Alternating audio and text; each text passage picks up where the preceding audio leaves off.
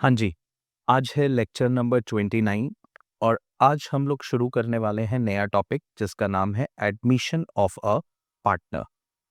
बहुत important topic है बेटा। इस टॉपिक को अच्छे से पढ़ना, काफ़ी क्वेश्चंस इससे आते हैं।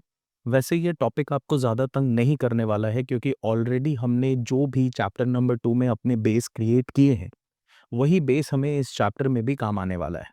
तो पहले मैं आपको कुछ एडमिशन ऑफ पार्टनर की बेसिक बातें बता देता हूँ और फिर मैं आपको बताऊंगा कि लास्ट चैप्टर से हमारा क्या-क्या पॉइंट जो है वो एकदम क्लियर कट सेम आने वाला है। सेम कॉन्सेप्ट हमने रिपीट करना है इस चैप्टर में जो कि लास्ट चैप्टर में हमने उसका बेस क्रिएट कर लिया था अपने बीच में।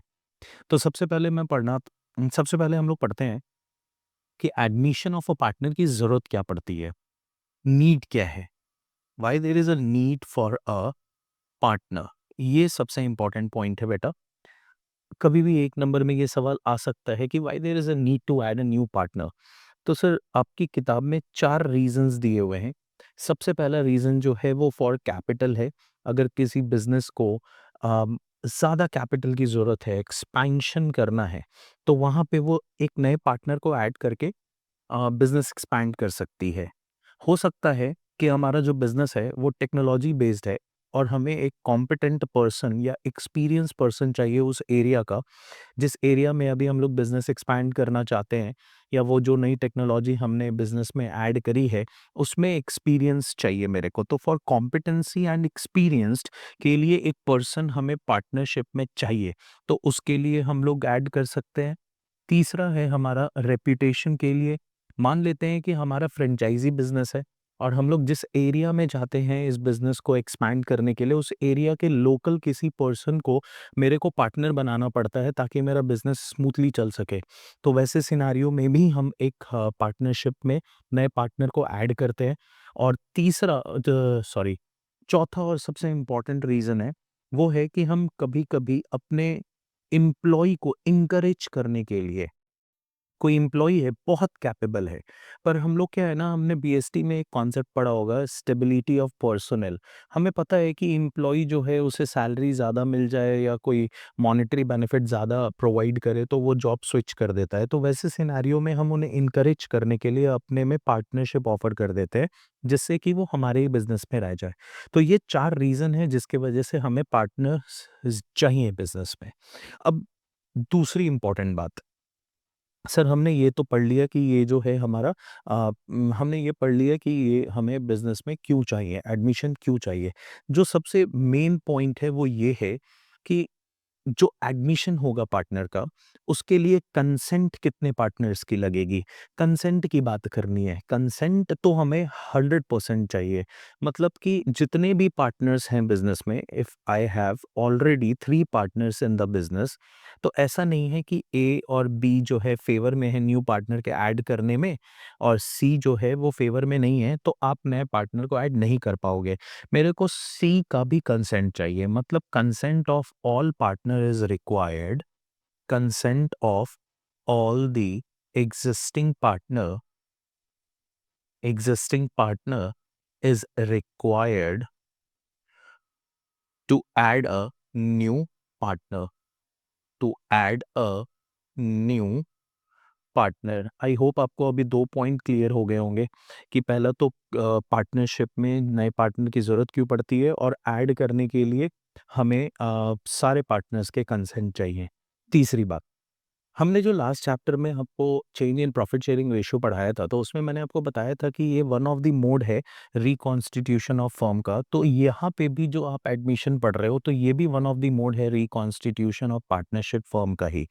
तो आप यहाँ पे ये बात ध्यान से समझना कि ये admission of a partner is also considered as one of the modes of reconstitution of a partnership।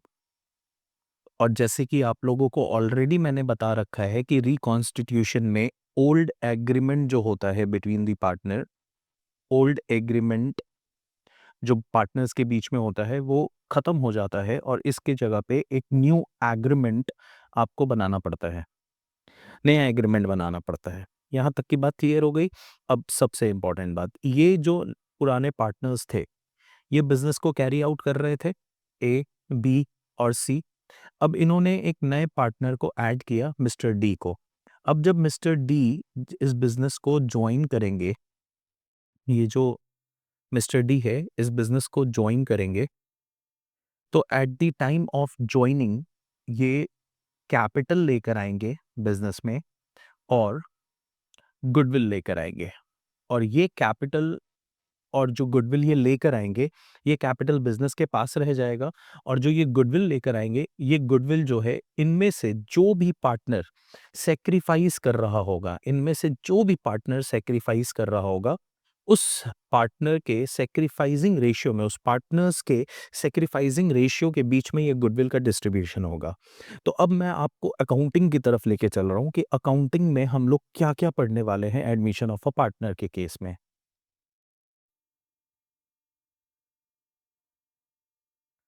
तो अब आप यहाँ पे लिखेंगे accounting in case of admission of a partner.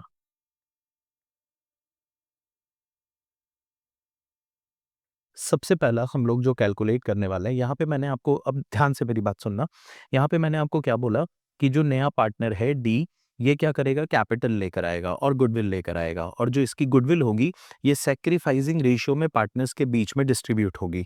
तो सबसे पहली बात है कि हमें सैक्रिफाइसिंग रेशियो निकालना पड़ेगा।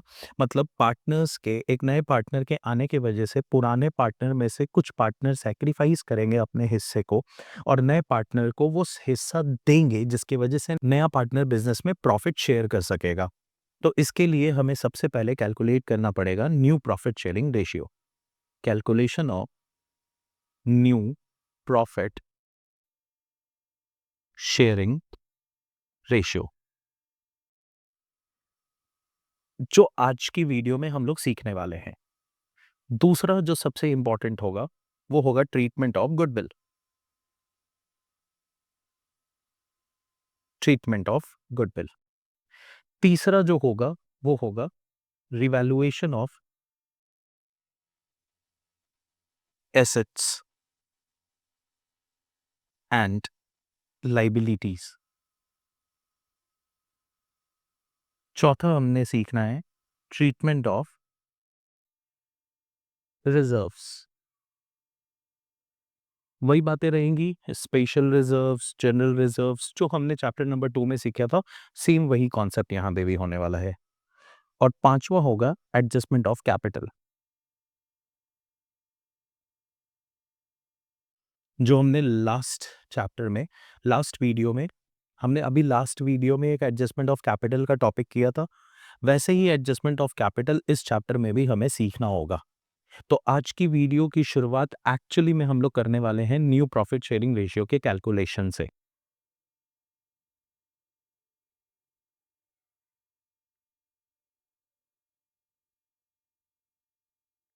Calculation of new profit sharing ratio.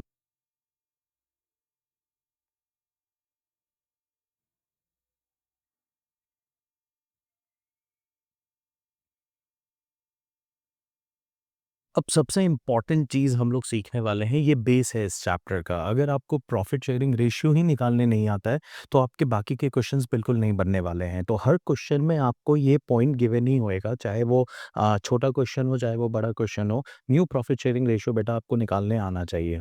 तो ध्यान से मेरी बात समझेंगे। न्यू प्रॉफिट शेयरिंग रेशियो निकालने के ना कुछ सिनेरियोज़ हैं जो आपके बुक में लिखे हुए हैं। तो हम लोगों को उन सारे सिनेरियोज़ को अच्छे से समझना है। तो सबसे पहले जो क्वेश्चन आता है, देखिए होता क्या है, ये बात मैंने अभी आपको समझाई कि 3 पार्टनर्स थे, ए, बी एंड सी।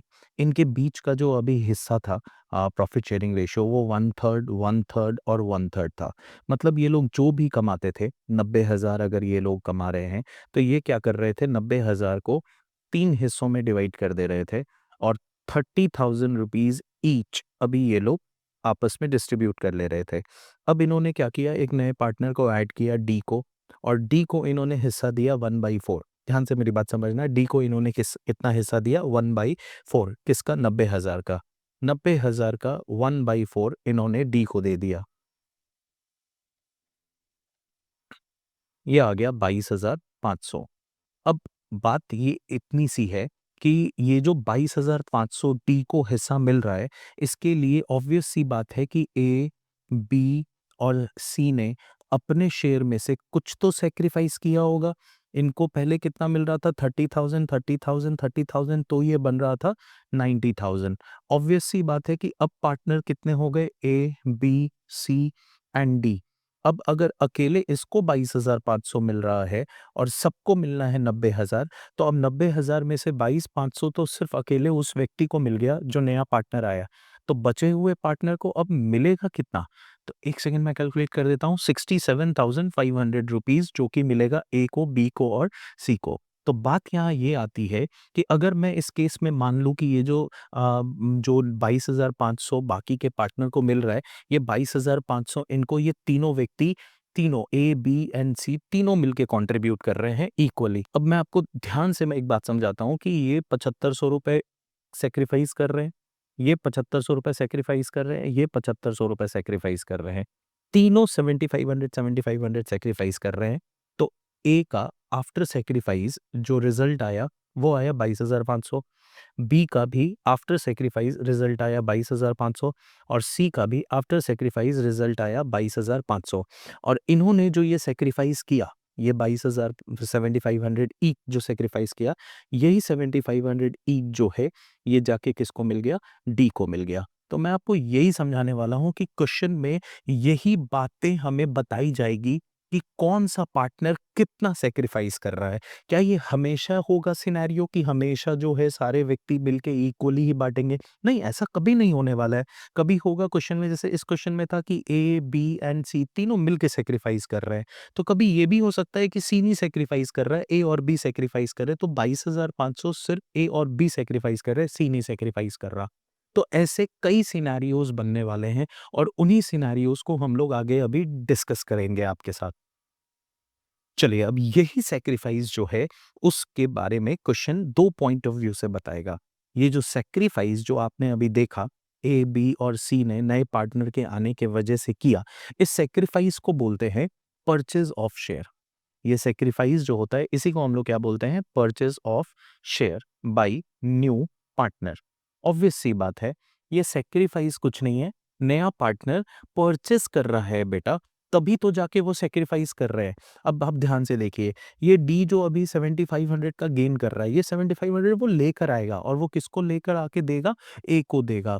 फिर बी को भी सेम अमाउंट देगा, सी को भी सेम अमाउंट देगा। तो इसको हम लोग कह रहे हैं purchase of share of new partner. तो क्वेश्चन की जो वर्डिंग होगी ना, वो दो तरीके से होगी। क्वेश्चन की वर्डिंग दो तरीके से होगी। ये जो परचेज ऑफ शेयर का कॉन्सेप्ट है, ये परचेज ऑफ शेयर का कॉन्सेप्ट जो है, इसी को दो तरीके से सवाल आपको क्वेश्चन में क्यूमुलेट करके देगा, वर्ड्स में इनकॉर्पोरेट करके देगा। ये जो कॉन्सेप्ट मैंने आपको बताया, purchase of share by new partner, इसी की वर्डिंग जो होगी वो अलग-अलग क्वेश्चन में अलग-अलग होगी, जिसे आपको समझना पड़ेगा। तो पहले मैं आपको बताता हूँ कि न्यू पार्टनर के पॉइंट ऑफ व्यू से ये सैक्रिफाइस दिया होगा। From new partners point of view, from new partners point of view, मतलब कि न्यू पार्टनर कितना, मैं ऐसे लिख देता हूं, न्यू पार्टनर कैसे परचेज कर रहे हैं अपना शेयर ओल्ड पार्टनर से। ये एक पॉइंट ऑफ व्यू रहेगा क्वेश्चन का। और दूसरा रहेगा from old partners point of view, from old partners point of view. देखिए, सवाल बनता तो बेटा सेम है, लेकिन जो क्या है ना कि क्वेश्चन की वर्डिंग जब अलग-अलग हो जाती है, तो वहाँ पे आपको क्वेश्चन बनाना जो पड़ेगा ना, वहाँ पे आपका थोड़ा अप्रोच अलग-अलग हो जाएगा। मतलब एक जगह पे अप्रोच है कि नया पार्टनर कैसे परचेज़ कर रहा है अपना शेयर, वो आपको सिनेरियो बताएगा। तो एक सिनेरियो बताएगा कि ओल्ड पार्टनर अपना कितना शेयर सेल कर रहा है, या आप बोल सकते हो सैक्रिफाइस कर रहा है, सैक्रिफाइस कर रहा है, ये बताएगा। तो सर 2 तरीके के क्वेश्चन आएँगे, एक नए पार्टनर के पॉइंट ऑफ व्यू से और एक ओल्ड पार्टनर के पॉइंट ऑफ व्यू से। नए पार्टनर कितना शेयर किससे खरीद रहे हैं, ये नया पार्टनर के अप्रोच से बताया जाएगा और एक अप्रोच से बताया जाएगा कि ओल्ड पार्टनर अपने कितने शेयर को नए पार्टनर को सेल कर रहे हैं। तो आई होप आपको यहाँ पे पॉइंट समझ में आ रहा होगा। अब ओल्ड पार्टनर के ऊपर तो एक ही क्वेश्चन है, वहाँ पे आपको ज़्यादा इसके ऊपर डाइवर्सिटी नहीं मिलेगी, बट यहाँ पे आपको 3 तरीके की डाइवर्सिटी मिलेगी। पहला, न्यू पार्टनर जो हैं, वो कुछ बोलेंगे नहीं, मतलब क्वेश्चन विल बी साइलेंट। इतना बता रहे हैं कि न्यू पार्टनर के अप्रोच से बताया जा रहा है कि न्यू पार्टनर कैसे परचेस कर रहे हैं, मतलब न्यू पार्टनर परचेस कर रहे हैं ये बताया जा रहा है, लेकिन क्वेश्चन साइलेंट है। तो वैसे कंडीशन में हम लोग कुछ एज्यूम करते हैं कि ओल्ड रेशियो में परचेस कर रहे हैं, सिंपल ओल्ड रेशियो में परचेस कर रहे हैं। दूसरा, क्वेश्चन आपको बताएगा कि न्यू पार्टनर जो है वो इक्वली सेक्रीफाइस करवा रहे हैं ओल्ड पार्टनर से। और तीसरा कंडीशन रहेगा कि एक पर्टिकुलर रेशियो दिया रहेगा कि ए, बी और सी जो है वो डी को, नया जो शेयर डी को चाहिए वो एक पर्टिकुलर रेशियो में दे रहे हैं। तो ये 3 अप्रोच बनता है। पहला, क्वेश्चन साइलेंट होएगा तो हम लोग एज्यूम करेंगे कि ओल्ड रेशियो में परचेस किया जा रहा है। दूसरा, इक्वली परचेस किया जा रहा है। या तीसरा, एक पर्टिकुलर रेशियो में परचेस किया जा रहा है। पर ओल्ड पार्टनर्स के पॉइंट ऑफ व्यू से जो है वो सवाल बिल्कुल एक जैसा रहने वाला है। चलिए, तो अब हम लोग क्वेश्चंस करना शुरू करते हैं। पहला जो तरीका हम लोग सीखने वाले हैं वो new partners point of view से सीखने वाले हैं। पहला केस, क्वेश्चन जब साइलेंट होता है, हमारे पास क्वेश्चन दिया है कि ओल्ड पार्टनर हैं ए, बी एंड सी, इनके बीच का रेशियो 3:2:1 गिवन है। नया पार्टनर ऐड हो रहा है डी, जिसको 1/6 शेयर मिल रहा है। अब आपसे क्वेश्चन ने बोला कि calculate new profit sharing ratio. तो बेटा ऐसे क्वेश्चन में आप क्या अप्रोच रखोगे वो ध्यान से समझना। सबसे पहले, नया प्रॉफिट शेयरिंग नया प्रॉफिट शेयरिंग रेशियो निकालने के लिए अपने करने के हवाले हैं, हमने एज्यूम करने वाले हैं, assume total profit be 1। Assume कर लेते हैं टोटल प्रॉफिट जो है वो कितना है, 1 है। अब जो डी का प्रॉफिट है, डीज शेयर इज 1/6। तो अगर डी को उसका 1/6 मिल गया तो रिमेनिंग प्रॉफिट जो होगा फॉर ए, बी एंड सी वो कितना होगा। तो 1 - 1/6 हमें ये कैलकुलेट करने आता है। 6 - 1 डिवाइडेड बाई 6 दैट इज 5/6। तो अगर 1/6 अपने डी को दे देते हैं अपने प्रॉफिट में से, जिसको हमने 1 एज्यूम किया है, तो बचे हुए पार्टनर के लिए जो प्रॉफिट बचेगा वो 5/6 बचेगा। क्वेश्चन साइलेंट है तो हम लोग मान के चलते हैं कि जो 5/6 है वो ओल्ड प्रॉफिट शेयरिंग रेशियो में पार्टनर्स बांटेंगे। तो now remaining share will be distributed between the partners A, B and C in old ratio। Question silent होगा तो हमेशा इसी अप्रोच से सवाल को हमने क्लियर करना है। तो एज न्यू शेयर, ए का नया शेयर 5/6 का प्रॉफिट है, ये रिमेनिंग प्रॉफिट है, इसका वो कितना लेगा 3/6। तो ये हमारे पास कितना कैलकुलेट हो गया। अगर मैं इसको कट करूँ तो कट नहीं करता, मैं ऐसे ही लिख देता हूँ 15/36। बी इज न्यू शेयर 5/6 का 2/6 10/36। सी इज न्यू शेयर 5/6 का 1/6, ये कितना हो गया 5/36। और डी का न्यू शेयर तो आपने निकाला ही था 1/6, बट ये मैच नहीं कर रहा ना, तो इसके लिए अपने जितना डिनोमिनेटर से मल्टीप्लाई करेंगे, उतना जितना अमाउंट डिनोमिनेटर में मल्टीप्लाई करेंगे उतना ही न्यूमरेटर में भी मल्टीप्लाई करेंगे। तो ये हो जाएगा 6/36।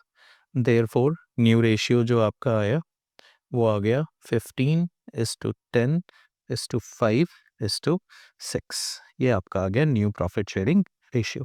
तो इस सिनेरियो में जब भी क्वेश्चन आए तो आप इसी तरीके से सवाल बनाओगे। अब हम लोग नेक्स्ट अप्रोच की तरफ चलते हैं। चलिए अब नेक्स्ट सिनेरियो समझते हैं। इसमें क्वेश्चन ने बोला purchase from all partners equally. कितने पार्टनर्स हैं? 3 हैं, ए बी एंड सी। तीनों के बीच का रेशियो कितना दिया है? 3:2:1। न्यू पार्टनर हुआ डी, जिसको 1/8 शेयर के लिए ऐड किया गया है और ये अपना शेयर इक्वली ले रहा है सिर्फ बी एंड सी से। मतलब ए नहीं सेक्रीफाइस कर रहा है, सिर्फ बी एंड सी सेक्रीफाइस करेंगे अपने शेयर का। सिर्फ बी एंड सी सिर्फ सेक्रीफाइस कर रहे हैं। तो ऐसे क्वेश्चंस को हम लोग किस तरीके से डील करेंगे, चलिए ध्यान से देखते हैं। सबसे पहली बात,